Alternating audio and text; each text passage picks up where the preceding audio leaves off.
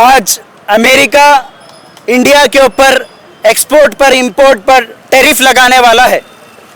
ये सरकार, ये मोदी सरकार का जो 56 इंच का सीना है, जब चाइना हमारे को लाल आंख दिखाता है और अमेरिका हमारे ऊपर टैरिफ लगाता है, उस वक्त ये 56 इंच का सीना वहाँ पर कमज़ोर पड़ जाता है। उस कमज़ोर सीने को बचाने के वास्ते और इस देश में इस टैरिफ के खिलाफ चर्चा नहीं होना और ये मोदी की जो नाकामी है इसको चर्चा नहीं करना, इसके वजह से इसको डिस्ट्रैक्ट करने के लिए ये मोदी सरकार आज का दिन यानी 2 अप्रैल को चुना है, ताकि ये जो वक्फ अमेंडमेंट बिल के ऊपर मुसलमान प्रोटेस्ट करे और हिंदू खुश हो और इनकी राजनीति की रोटियां गर्म होती रहे। इसके लिए ये सरकार ऐसा काम कर रही है। ये अप्रैल के महीने के दूसरे दिन ये यहाँ के देश की जनता को अप्रैल फूल बनाना चाहती है सरकार।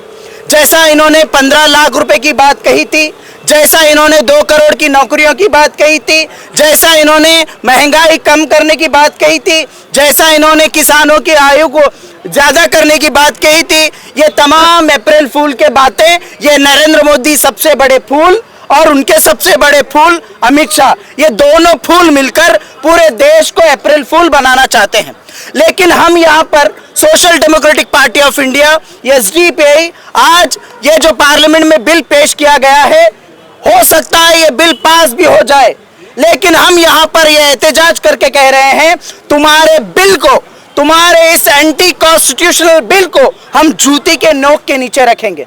जिस तरीके से हमने सीएए एनआरसी का मुकाबला किया, जिस तरीके से हमने तमाम उन एंटी पीपल पॉलिसीज को, जैसे कि किसानों के बिल के खिलाफ हमने एहतजाज किया, उसी तरीके से इस वक्फ बिल को भी डस्टबिन में डालने का काम एसडीपीआई और इस देश की जनता और इस देश का मुसलमान करेगा।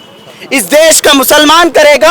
All India Muslim personal law board के झंडे के तले, एसडीपीआई के झंडे के तले और उन तमाम ऑर्गेनाइजेशंस के झंडे के तले इस बिल को हम नहीं मानते और नहीं एक्सेप्ट करेंगे। ये सरकार कह रही है कि हम मुसलमानों का भला करना चाहते हैं। अरे हंसी आ रही है मुझे, मुसलमानों का भला, वो भी शैतान के मुंह से, बीजेपी जैसी पार्टी से।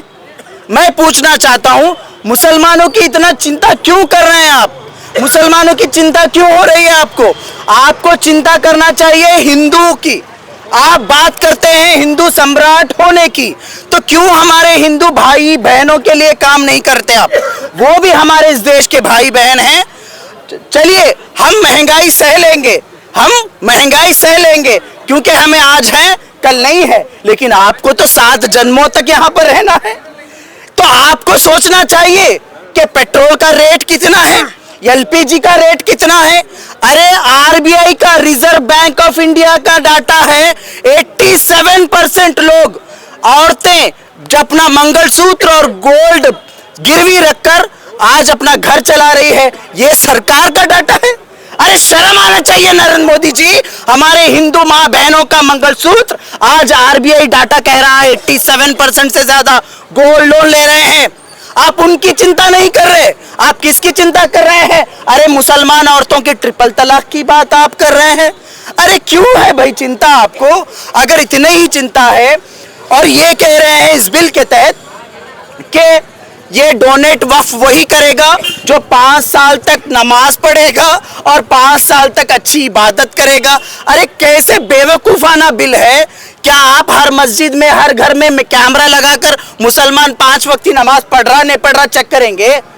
किसके बाप के पैसे, टैक्स के पैसे से आप कैमरा लगाकर चेक करेंगे आप? अरे मोदी जी, अरे बीजेपी वालों, शर्म करो। और ये जो लोगों को बेवकूफ बनाने का काम कर रहे हैं, अप्रैल के महीने में फूल बनाने का काम कर रहे हैं, सब लोग समझना है इस देश के लोगों, जब कभी इस देश के अंदर, जब से 2014 से मोदी सरकार आई है, जब कभी इनकी नाकामी चेहरा इनका नंगा होता है, उस वक्त ये लोग मुर्गा पकड़ते हैं मुसलमानों के नाम का, और मुसलमान को मुर्गा बनाकर ये पेश करते हैं और बलि का मुर्गा बनाकर आपके सामने रखते हैं, और आप वाह वाह कर कर खुश होकर चले जाते हैं। हमें कुछ होने वाला नहीं है, मुसलमानों को कुछ फर्क होने वाला नहीं है। इस बिल को जिस तरीके से सीए या एनआरसी को ढकला था डस्टबिन में, उसी तरीके से इस बिल को भी ढकला जाएगा। इस बिल के खिलाफ भी आवाज उठाई जाएगी। लेकिन आपको सोचना है क्या हो रहा है, आज अमेरिका क्या कर रहा है, आज चाइना क्या कर रहा है। इस देश के अंदर लगातार अनएम्प्लॉयमेंट बढ़ रहा है, लोग सुसाइड कर रहे हैं, नौजवान सुसाइड कर रहे हैं। हमको तो चलिए सऊदी दुबई कहीं पर भी जाकर क्या भी बकरे भी चला रहते हैं, दूसरा काम भी कर लेते हैं, लेकिन आप क्या करोगे, क्या करोगे, ये सब कुछ सोचना है। तो ये तमाम चीजें मैं यहाँ पर यही कहना चाहता हूँ, ये बीजेपी सरकार, इनको कुछ नहीं आता, सिर्फ इनको क्या है, लोगों को बेवकूफ बनाने आता है। लेकिन हम लोग भी कान में फूल नहीं रखे हैं, हम भी लोगों को बताएंगे, लोगों को जागरूक करेंगे और इसके खिलाफ अपनी लड़ाई डेमोक्रेटिक वे में गली गली से लेकर दिल्ली तक हम लोग लड़ेंगे।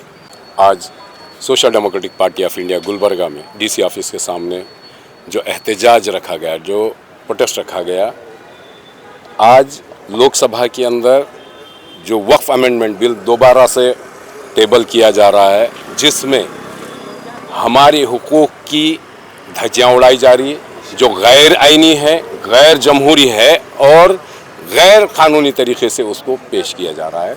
हमारा मानना है कि ये मुल्क के अंदर भेदभाव पैदा करके राजनीति करना छोड़ करके मुल्क की तरक्की के लिए सोचा जाए, बल्कि ये सोचने की बजाय भेदभाव पैदा करके अपनी सियासी रोटियों को सेक करके ज़ातों कौमों के अंदर भेदभाव पैदा करना, उन्नति से दूर रखना, ये गैर आइनी है, गैर क्या कहेंगे, गैर सियासी तरीक़ा है, जो सियासी एथिक्स में भी नहीं है, पॉलिटिकल एथिक्स में भी नहीं है। Social democratic party of India पूरे मुल्क भर में प्रोटेस्ट करके ये जतलाने की कोशिश कर रही है, जो अमेंडमेंट्स लाए जा रहे हैं वो अमेंडमेंट्स सोची समझी साजिश के तहत लाए जा रहे हैं, जहाँ पे मुसलमानों को डराना और जो उनके हवारी हैं, जो मखसूस लोग हैं, छोटे छोटे तबके हैं जो बदमाश हैं, इस मुल्क को भेदभाव के आग में झोंकना चाहते हैं, उनको खुश करने के लिए ये बिल को पेश करना मकसद है।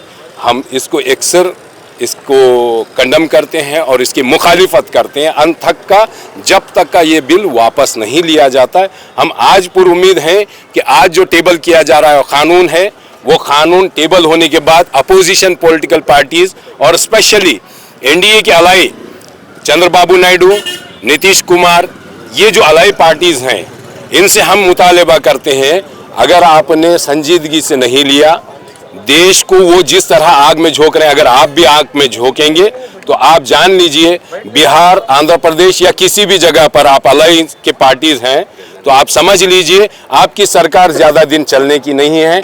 ये टर्म में जितना हो सकता आप चला लीजिए, लेकिन मैं ये कहता हूँ कि देश के हित में भी नहीं है और पॉलिटिकल एथिक्स में भी नहीं है। हम चाहते हैं कि आप लोग इसको अपोज करें और कंडेम करें और इस बिल को रिजेक्ट करते हुए इस देश के नागरिकों का साथ दें।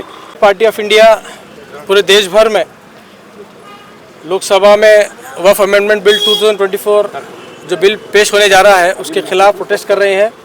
पूरे अपोजिशन पार्टीज़ और देश के कानून में जो विश्वास रखने वाले सेक्युलर जो एमपीज़ हैं उनसे रिक्वेस्ट करते हैं कि ये बिल को अपोज करना है, रिजेक्ट करना है। देखिए, झूठ, नफ़रत और बर्बरियत के जुल्म पर आप कितनी बड़ी भी इमारत बनाएंगे वो ज़्यादा दिन तक टिकने वाली नहीं है। झूठ क्या है इसमें? झूठ ये है कि ये बोला जाता है कि डिफेंस के बाद और रेलवे के बाद सबसे ज़्यादा जो ज़मीन है वो वक्फ के पास है। ये सबसे बड़ा झूठ है। आप गैजेट आप चेक करेंगे तो 9,40,000 एकड़ वक्फ बोर्ड का पास ज़मीन है। वही आप टेम्पल बोर्ड्स के पास देखिए, चर्च बोर्ड्स के पास देखिए, सिख बोर्ड के पास कितना है उनके पास। खाली तमिलनाडु स्टेट में वहाँ के टेम्पल्स में 4.5 लाख एकड़ ज़मीन है वहाँ के टेम्पल्स के पास। आंध्र प्रदेश में 4 लाख एकड़ है। सिर्फ 4 छोटे स्टेट, तमिलनाडु, आंध्र प्रदेश, ओडिशा और तेलंगाना, सिर्फ ये 4 स्टेट के पास अगर आप देखेंगे 10 लाख एकड़ से भी ज़्यादा ज़मीन टेम्पल्स के पास है। और हमारे पर क्या इल्ज़ाम लगाते हैं कि 9.5 लाख एकड़ पूरे इंडिया में वक्फ के पास है। सिर्फ 4 स्टेट में 10 लाख एकड़ टेम्पल्स के पास है और पूरे इंडिया भर में 9,40,000 है। और वो भी सबको मालूम है कि 9,40,000 एकड़ में से भी आधे से ज़्यादा ऑलरेडी लोग लूट लिए इसमें, खाली 2 से 3 लाख एकड़ बचे होंगे शायद।